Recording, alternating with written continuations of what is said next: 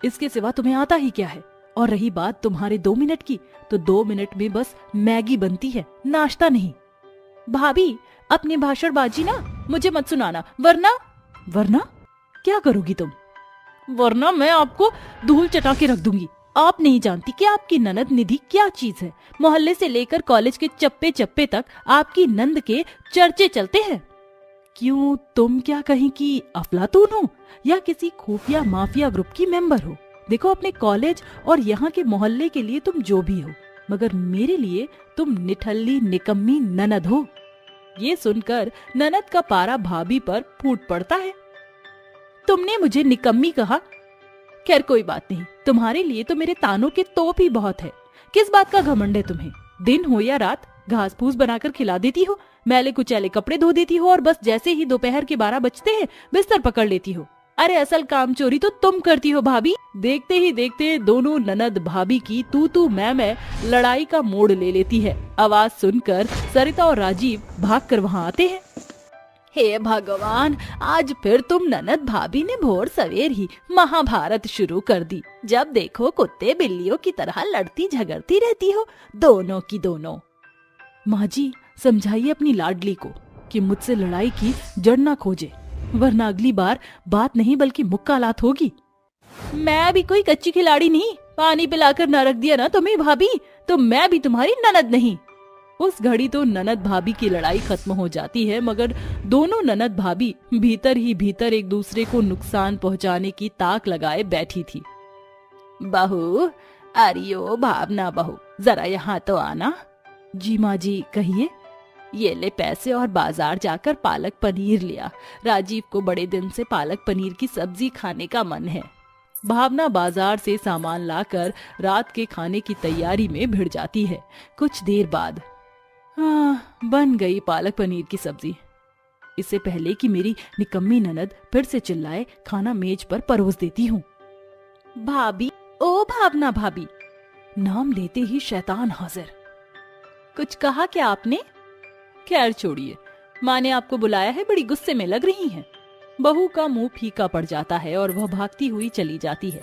तभी ननद मिर्ची से भरी बरनी सब्जी में मिलाकर कहती है, अब आएगा मजा जब माँ और भैया मिर्च से भरा पालक पनीर खाएंगे तो बम और धमाका। अपनी ननद की कारस्तानी से अनजान भाभी सभी को खाना परोसती है। अरे निधि, तुम कहाँ जा रही हो? खाना नहीं खाना क्या? जी नहीं भाभी, आपके हाथों का घास फूस खाकर अपनी रात खराब करने से अच्छा है कि मैं भूखी रह जाऊं। ये ऐसे क्या हो गया? वैसे तो खाने के लिए शाम होते ही चिल्लम चिल्ली लगा देती है। कुछ तो खिचड़ी पका रही है ये। अरे बहू, तू कहाँ खो जाती है? जाने दे उसे और जल्दी से पालक पनीर हमारे प्लेट में परोस। भावना जल्दी से खाना परोस देती है, मगर जैसे ही राजीव और सरिता खाने का पहला निवाला खाते हैं, उनकी आंखों से आंसू और कानों से धुआं और मुंह से बड़ी चीख निकलती है। हाय री मोरी मैया, तेरे हाथों के हिसाब ने होश खो दिया है क्या, जो तेगी मिर्च की पूरी बरनी इस पालक पनीर में बलि चढ़ा दी।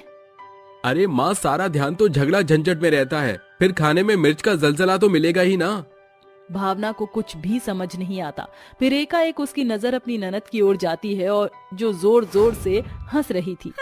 अच्छा, तो ये सारा किया धरा मेरी नाश पीटी ननद का है। इसका हर जाना तुम्हें भुगतना ना पड़ा ना, तो मैं भी तुम्हारी भाभी नहीं। अगली सुबह। भाभी, हरिओ भावना भाभी। अरे निपट गई क्या, जो ननद की आवाज नहीं सुनाई दे रही? क्या हुआ निधि, क्यों गरज रही हो? भगवान का शुक्र है भाभी, आपको सुनाई तो दिया, वरना मुझे तो लगा था कि कान अपने मायके कुरियर कर दिया आपने। मेरे कान तो सही सलामत है निधि, मगर लगता है कि तुम्हारी जुबान में जंग लग गई है, इसलिए तुम्हारी आवाज पुराने जमाने के फोन के जैसी टीली लीली कर रही है। बस बस, अभी मेरे पास आपसे लड़ने का समय नहीं। मेरी सहेली का बर्थडे है, जल्दी से ये ड्रेस प्रेस कर दीजिए बिना किसी आनाकानी के। भावना अपनी ननद की बातों का कोई जवाब नहीं देती और कपड़े प्रेस करने लगती है। ये देख ननद अपने दिमाग के घोड़े दौड़ाते हुए कहती है, ये भाभी को पीपल वाले भूत ने घेर लिया है। मेरे लड़ाकू लहजे में बोलने के बाद भी ये एकदम चुप है।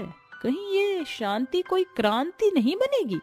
मगर ये भी तो हो सकता है कि भाभी ने ननद के आगे घुटने टेक दिए। ऐसा सोचकर ननद नहाने चली जाती है और भावना तपते हुए प्रेस को निधि के कपड़े पर छोड़ देती है। अब हुआ बदला बराबर। भावना, जरा जल्दी से यहाँ आना। भावना कमरे से बाहर चली जाती है और जैसे ही निधि नहाकर बाहर आती है तो अपने जले हुए ड्रेस को देखकर गुस्से से आग बबूला होकर चिल्ला पड़ती है। भाभी, हरिओ भाभी, हरिओ, जल्दी से यहाँ आओ। अब क्या हुआ निधि, क्यों गला फाड़ रही हो? तुम्हारे कपड़े प्रेस कर दिए मैंने, दिखाई नहीं दिया क्या? भाभी सच सच बताओ, मेरे कपड़ों के साथ ये कारस्तानी तुमने ही की है? अरे मेरी प्यारी ननद, मैं कोई तुमसे नफरत थोड़ी करती हूँ जो ऐसा करूंगी। ज्यादा भोली बनने की कोशिश मत करो भाभी। अपनी ज्यादा दुश्मनी निकालने के लिए तुम्हें आज का ही दिन मिला था। कितने प्यार से खरीदा था मैंने ये ड्रेस। मैंने भी इतने ही प्यार और मेहनत से कल सब्जी बनाई थी जिसमें तुमने बरनी की मिर्च मिला दी, इसलिए इसे अपनी भाभी का पलटवार समझ लो। ये तुमने अच्छा नहीं किया भाभी, कसम है मुझे अपने जले हुए कपड़े की। अगर तुम्हें दिन में तारे ना दिखाए ना तो मैं भी तुम्हारी ननद निधि नहीं। हर दिन के साथ ननद भाभी के बीच की नोक-झोंक बड़ी लड़ाई में बदल गई थी। एक दिन भावना गुस्से से धधकती हुई अपनी ननद को जोरदार तमाचा मारकर कहती है, नाश पीटी नल्ली निठल्ली, तुम्हारी हिम्मत कैसे हुई मेरी बेशकीमती बनारसी साड़ी का सत्यानाश कर दिया। तुमने मुझे थप्पड़ मारा। आज अगर मैंने तुम्हारा भूत ना उतारा ना भाभी तो देखो। निधि भावना के बाल खींचातानी करने लगती है। तभी राजीव और सरिता ननद भाभी की लड़ाई में कूदकर उन्हें छुड़ाने लगते हैं। अरे कमबख्तो, तुम्हारे अंदर से जीने की इच्छा खत्म हो गई है क्या, जो एक दूसरे के हाथों मरने के लिए भिड़ंत किए बैठी हो दोनों ननद भाभी।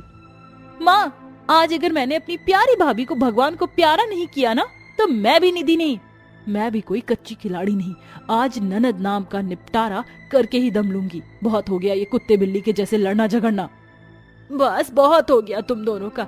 जब देखो हिरोशिमा नागासाकी की तरह दोनों ननद भाभी लड़ने के लिए एक दूसरे के सामने आ जाती हो। अरे ननद भाभी की लड़ाई के लिए तुम्हें अवार्ड मिलना चाहिए। निकल जाओ इस घर से, जाओ जाकर मोहल्ले में लड़ो ताकि लोगों को पता चले कि सरिता की बहू और बेटी सबसे बड़ी लड़ाकू हैं। ऐसा कहकर सरिता अपनी बहू और बेटी को घर से बाहर निकाल ही रही होती है कि दोनों ननद भाभी गिड़गिड़ाते हुए कहती हैं, रुक जाओ माते, मुझे घर से मत निकालो वरना आपकी बेरोजगार बेटी कहाँ जाएगी। मैं फिर कभी भाभी से नहीं लड़ूंगी। हाँ माँ जी, निधि को घर से मत निकालिए, मेरी नादान ननद कहाँ जाएगी। और लगे हाथ मुझे भी एक मौका दे दीजिए, क्योंकि नंद भाभी के बीच में नोक-झोंक तो होती ही रहती है। सास मन ही मन खुश होकर कहती है, अरे वाह, मेरा पैतरा काम कर गया। वो हाँ ठीक है, मगर एक बात गांठ बांध लो, अगर दोबारा तुम दोनों ने इस घर में ऐलाने जंग छेड़ा तो अंजाम तुम जानती हो। हम समझ गए। इस तरह छोटी छोटी बातों पर एक दूसरे से जंग छेड़ने वाली ननद भाभी सर से छत छीन जाने के डर से लड़ना छोड़कर हंसी खुशी रहने लगती हैं। सड़क पर सैकड़ों गाड़ियों की लंबी चौड़ी लाइन लगी थी। तभी खाकी वर्दी में खड़ा एक पुलिस बुलंद आवाज अनाउंसमेंट करते हुए बोलता है, अटेंशन प्लीज, कोहरे के चलते अगले कुछ घंटों तक आगे का रास्ता बंद रहेगा। ये सुनकर सड़क पर खड़ी बड़ी सी कार में सवार अमीर संजिता कहती है, ओह शिट, ये सड़क भी अभी ही बंद पड़नी थी। रिलैक्स संजिता, सर्दी में सड़कें बंद होना लाजमी है। सड़क के किनारे ठंड में ठिठुरता हुआ एक गरीब बुढ़ा भुट्टे बेचने के लिए आवाज लगा रहा था, सर्दियों का बेनजीर गर्मा गर्म भुट्टे खा लो। आओ भाई, गर्मा गर्म भुट्टे खाओ भैया, अरे सर्दियों को दूर भगाओ। ओफो, ये गए गुजरे गरीब इतने जोर शोर से चिल्लाकर आखिर जताना क्या चाहते हैं? ऐसे चीखने से भुट्टे खरीदने के लिए भीड़ तो नहीं उमड़ जाएगी। मम्मी डैडी, मैं और देर कार में नहीं बैठ सकता, मैं बोर हो रहा हूँ। हाँ शेखर, मुझे भी सफोकेशन हो रहा है। डैडी मुझे स्वीट कॉर्न खाना है, चलो ना। Okay my son, let's go. गाड़ी से उतरकर तीनों उस गरीब बुढ़े भुट्टे वाले के ठेले पर जाते हैं। अरे ओ बुढ़ाऊ, चल जल्दी से मेरे बेटे को स्वीट कॉर्न दे। अरे शेखर, इस गवार गरीब बुढ़े को स्वीट कॉर्न का मीनिंग भी मालूम नहीं होगा। भुट्टा बोलोगे तो बात बनेगी। अरे ओ बुढ़ाऊ, अब बुद्ध बने खड़ा देख क्या रहा है, फटाफट हाथ चला।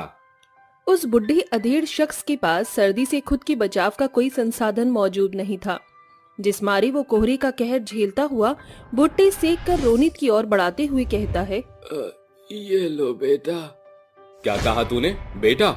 तो जैसे गरीब ज्यादा दाम कमाने के लिए बेफजूल की दावेदारी डालते हो ताकि हम जैसे रईस लोगों को लूट सको। अरे अरे नहीं नहीं बेटा, तुम मुझे गलत समझ रहे हो। बस करिए ड्रामा,